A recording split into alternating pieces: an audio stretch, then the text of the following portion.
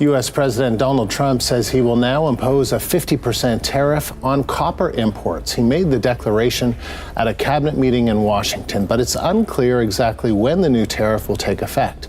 Other things, big ones. We did steel, as you know, they're 50%. We did aluminum, 50%. Lumber just came out. Why don't you announce copper? And we did cars. And now, today we're doing copper. 미국 시장에서 선물 계약이 몇 시간 만에 13% 급등했다. 금속 가격은 5달러 95센트까지 치솟아 최근 역사상 최고치를 기록했다. 동시에 런던 금속 거래소에서는 반대 움직임이 나타났다. 가격이 하락하면서 미국 시장과 국제 시장 간 격차가 최대 25%까지 벌어졌다. 전례 없는 격차로 한 나라 전체가 위험에 노출된다.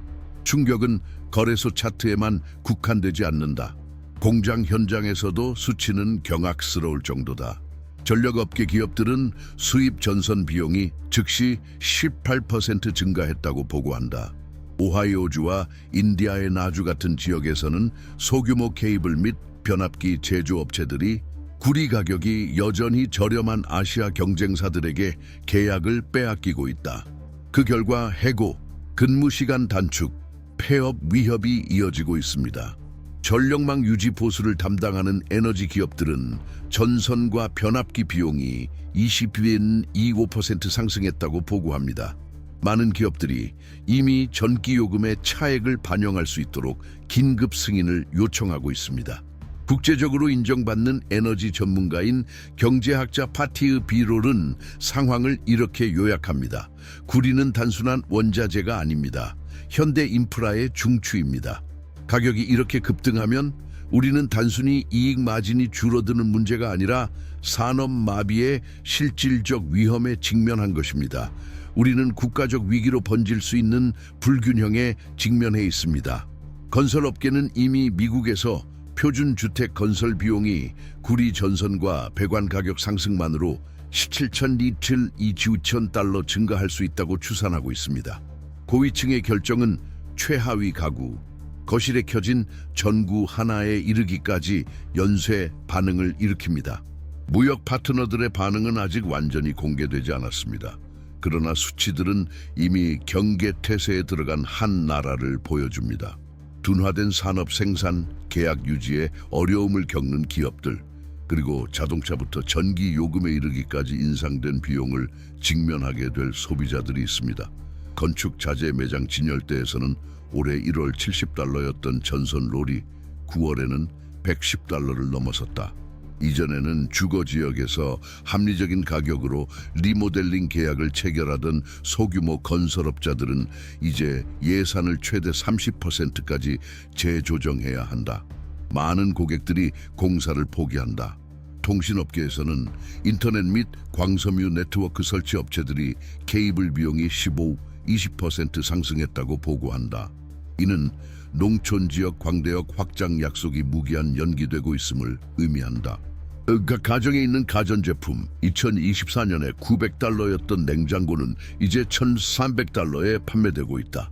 소도시에서는 공방, 철공소, 가족 사업체의 폐업으로 인해 거리 전체가 경제활동이 없는 상태가 되어가고 있다. 컨설팅 업체 CRU 그룹의 보고서에 따르면 연말까지 전선 및 건설 관련 분야만 약 5만 개의 직간접 고용이 위험에 처할 전망이다. 이는 중형 도시 전체 인구와 맞먹는 규모다. 보고서는 구리 부족이 지속될 경우 자동차 산업에서도 대량 해고 위험이 있다고 경고한다. 사드 라임 트레이딩 기업 트라피구라, G트라피구라 수석 경제학자는 이 문제를 이렇게 설명한다. 우리는 대규모로 대체 불가능한 자원에 직면해 있습니다. 구리 없이는 전력망도 현대식 자동차도 장비된 병원도 존재할 수 없습니다. 가격 상승은 도마의 시장에서 시작되어 일반 시민의 주머니까지 이어지는 파장을 일으킵니다. 차이점은 지금 그 파장이 쓰나미로 변하고 있다는 점입니다. 퓨 리서치 센터의 최근 조사에 따르면 미국인의 46%가 구리 재료 가격 상승으로 인해 집 수리를 미뤘다고 답했습니다. 한때 녹색 성장의 동력으로 칭송받던 태양광 산업에서 2024년 기준 주택당 태양광 패널 평균 비용은 1만 5천 달러였습니다. 현재는 2만 2천 달러를 넘어섰습니다. 이러한 가격 상승은 주정부의 청정 에너지 장려 프로그램을 둔화시킬 위험이 있어 에너지 전환 목표를 위협하고 있다. 국제구리협회 IBC가 최근 공개한 차트에 따르면 단 60일 만에 미국 내 즉시 인도 가능한 구리 재고량이 42% 급감했다. 이는 제2차 세계대전 이후 최대 하락폭이다. 이는 전체 생산 라인이 몇 주 안에 가동을 중단할 수 있음을 의미한다. 워싱턴이 관세를 강화하는 동안 남방우 공급업체와 아시아 구매자들 사이에서 수십억 달러 규모의 계약이 체결되었습니다. 가장 인상적인 사례는 대륙에서 두 번째로 큰 구리 수출국인 페루에서 나왔습니다. 7월에는 이 나라 생산량의 55%가 미국으로 수출되었습니다. 같은 해 9월에는 이 수치가 18%로 급감했습니다. 나머지는 중국, 인도, 한국이 흡수했다. 이와 동시에 칠레는 유럽연합 EU과 2026년까지 정제 구리 수출을 30% 확대하는 협정을 체결했다. 이러한 전략적 전환은 분석가들을 당혹스럽게 만들었는데 이 정도 규모의 계약은 보통 수년간의 협상이 필요하기 때문이다. 미국 전기산업협회에 따르면 38%의 기업이 이미 원자재 수령 지연을 보고하고 있다. 산업용 케이블 배송의 평균 대기 시간은 15일에서 43일로 급증했다. 불과 2달 만에 186% 증가한 수치다. 방위 산업에 미친 영향도 놀라웠다. 언론이 입수한 기밀 보고서에 따르면 레이더 시스템 생산 비용이 분기 기준 12% 증가했는데 이는 전적으로 코일과 회로에 사용되는 구리 때문이었다. 전문가들은 부족 현상이 지속될 경우 군사 프로그램까지 지연될 수 있다고 경고한다. 국제 무역 수치는 무시하기 어려운 대조를 보여준다. 미국이 관세 발표 이후 구리 수입이 20% 감소한 반면 같은 기간 전 세계 구리 무역량은 6% 증가했다. 즉, 세계는 계속 구매하고 성장하는 반면 지구상 최대 경제국은 역행하며 위축되고 있다는 뜻이다. 경제학자 체드피 보우는 이렇게 요약한다. 이 문제는 더 이상 단순히 경제적 문제가 아니다. 외교적 문제이기도 하다. 관세는 수십 년간 협력을 지탱해온 신뢰의 유대를 깨뜨렸다. 그리고 동맹국들이 인내심을 잃으면 그 대응은 빠르고 가혹하다. 캐나다는 아시아 수출 경로 확장을 위해 18억 캐나다 달러를 투자하겠다고 발표했다. 멕시코는 예상치 못한 움직임으로 인도 기업들과 양해각서를 체결해 2027년까지 수출량을 2배로 늘리기로 했다. 심지어 이전에는 시장에서 소외되었던 아프리카 국가들까지 경쟁에 뛰어들며 유럽 구매자들에게 매력적인 조건을 제시하고 있다. 구리 가격 상승은 단순한 경제 지표가 아니다. 이는 깊은 균열을 보이기 시작한 시스템의 반영이다. 전기차 평균 가격은 관세 발표 이후 이미 6,500달러 이상 추가 상승했다.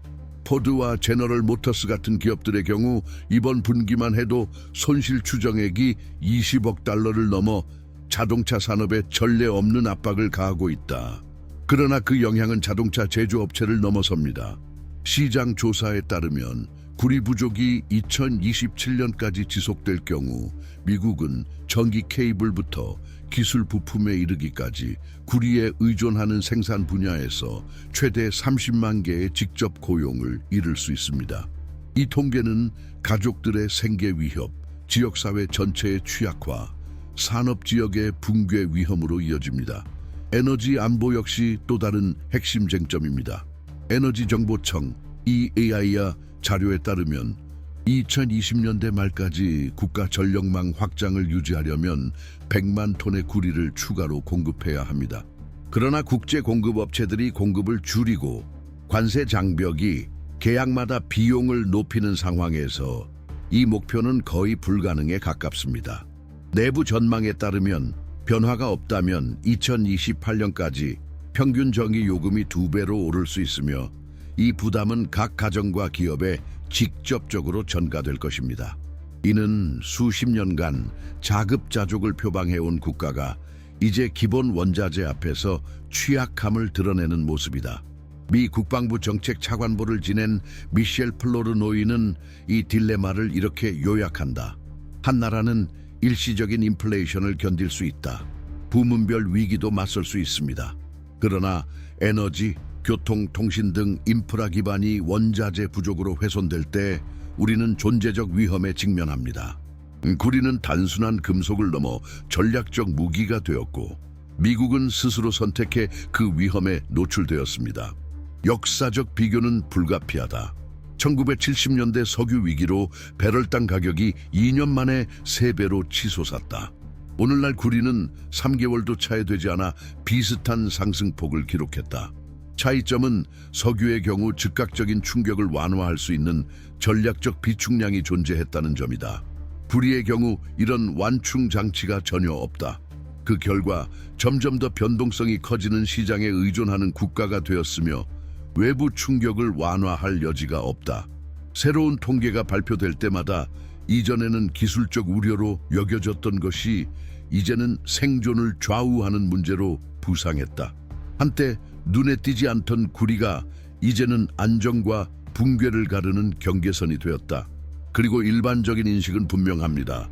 이는 과장된 경고가 아닙니다. 이미 모든 이의 눈앞에서 실현되기 시작한 확실한 사실입니다.